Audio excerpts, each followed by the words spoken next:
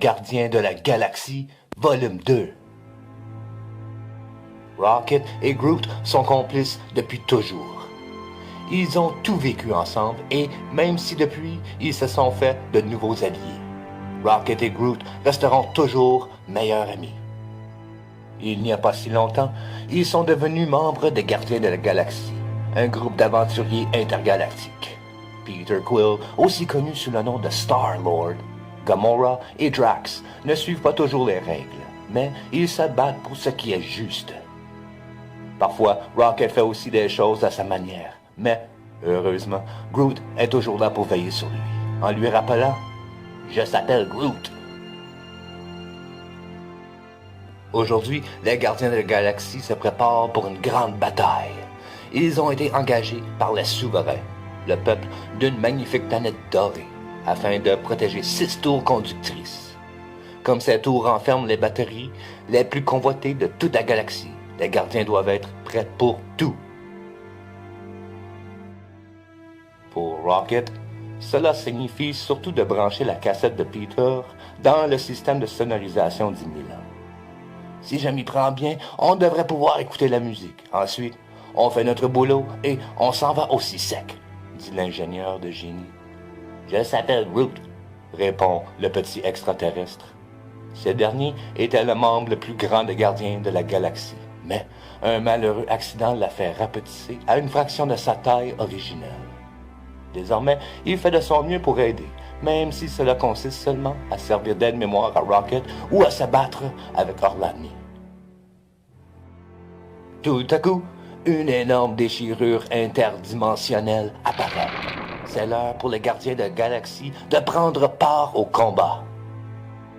Le gigantesque obélisque rose pâle qui surgit ne ressemble en rien à ce que les gardiens avaient vu auparavant. Des ondes de couleurs distordantes l'espace jaillissent de sa bouche. Garder cet immense ver de l'espace loin de sa nourriture ne va pas être une tâche facile. Mais les gardiens de la galaxie possèdent quelque chose que la bête n'a pas. De la musique. Rocket presse un bouton et allume la super compilation volume 2. Tout le groupe est enthousiaste, en particulier Peter. Les gardiens de la galaxie sont prêts à en découdre. Peter se tourne vers ses amis et déclare « C'est parti, on s'en occupe !» Il lève la main, actionne son masque et mène la charge. Rocket, Peter et Gamora se servent de leur plateforme spatiale pour se mettre en position. Drax pousse un énorme cri tandis qu'il se jette sur la créature. Mais il ne réussit pas à secouer le ver de l'espace vorace. Et le guerrier est projeté en arrière.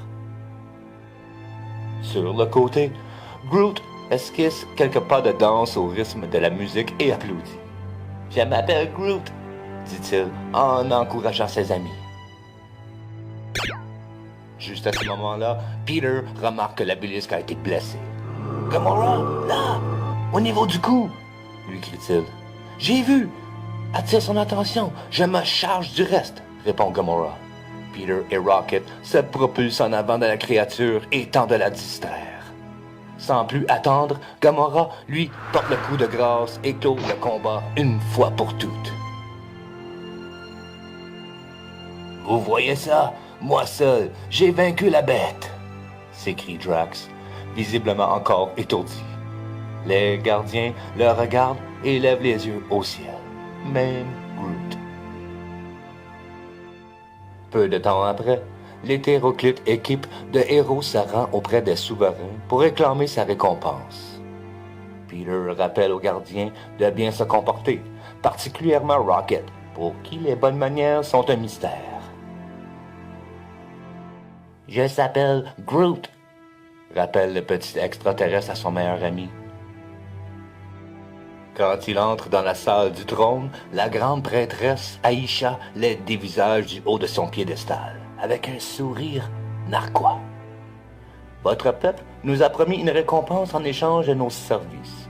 Acquittez-vous de votre contrat et nous repartirons, » déclare Gamora, très peu impressionné par la prêtresse. Aïcha hoche la tête et les deux gardes arrivent avec la rétribution des gardiens. Nebula la sœur adoptive de Gamora. Les deux femmes s'affrontent depuis toujours et aucune d'elles n'est ravie de voir l'autre. Une belle réunion de famille comme on les aime, youpi! Dit Peter en essayant de détendre l'atmosphère. Merci à vous, grande prêtresse Aïcha, dit Peter. Cette dernière se contente de le toiser de haut en bas avec dégoût. Perplexe et irrité, Peter fait signe à son équipe qu'il est temps de partir. Au plaisir de jamais vous revoir, madame, conclut-il. Les gardiens remontent à bord du Milan pour une destination inconnue afin de se remettre de cette dernière bataille. Rocket a cependant d'autres choses en tête. On a tout de même eu le dernier mot, déclare-t-il en montrant 5 batteries volées. Avez-vous vu la manière dont cette grande prêtresse nous a parlé? Je vais lui donner une leçon. Drax pouffe de rire, mais Peter Gamora ne trouve pas ça amusant. Je s'appelle Groot, demande le petit arbre. Il sait que Rocket a peut-être franchi la limite cette fois-ci. Il ne faut pas longtemps au souverain pour s'apercevoir du vol. La grande prêtresse Aïcha avise son amiral et bientôt 2 douzaines de capsules spatiales se lancent à la poursuite du Milan. Tout comme leurs pilotes, ces vaisseaux spatiaux sont rapides et précis. Mais les gardiens sont ingénieux et passionnés. Au son de la musique, Peter et Rocket se disputent sur qui devrait être aux commandes du Milan. « Je s'appelle Groot », renchérit vivement le petit extraterrestre. Peter manœuvre le vaisseau et esquive les rafales de tir, tandis que Rocket riposte face aux ennemis. « En plein dans le mille !» s'exclame Rocket quand l'une des capsules spatiales explose. « Je s'appelle Groot », répond son ami en guise d'approbation. Même contre l'une des flottes les mieux organisées et les plus redoutables des environs, Rocket et Groot, accompagnés de Peter, Gamora et Drax, tiennent bon. Ils ne s'entendent peut-être pas toujours très bien, mais ils sont une équipe et ils savent s'amuser. Ils sont les gardiens de la galaxie.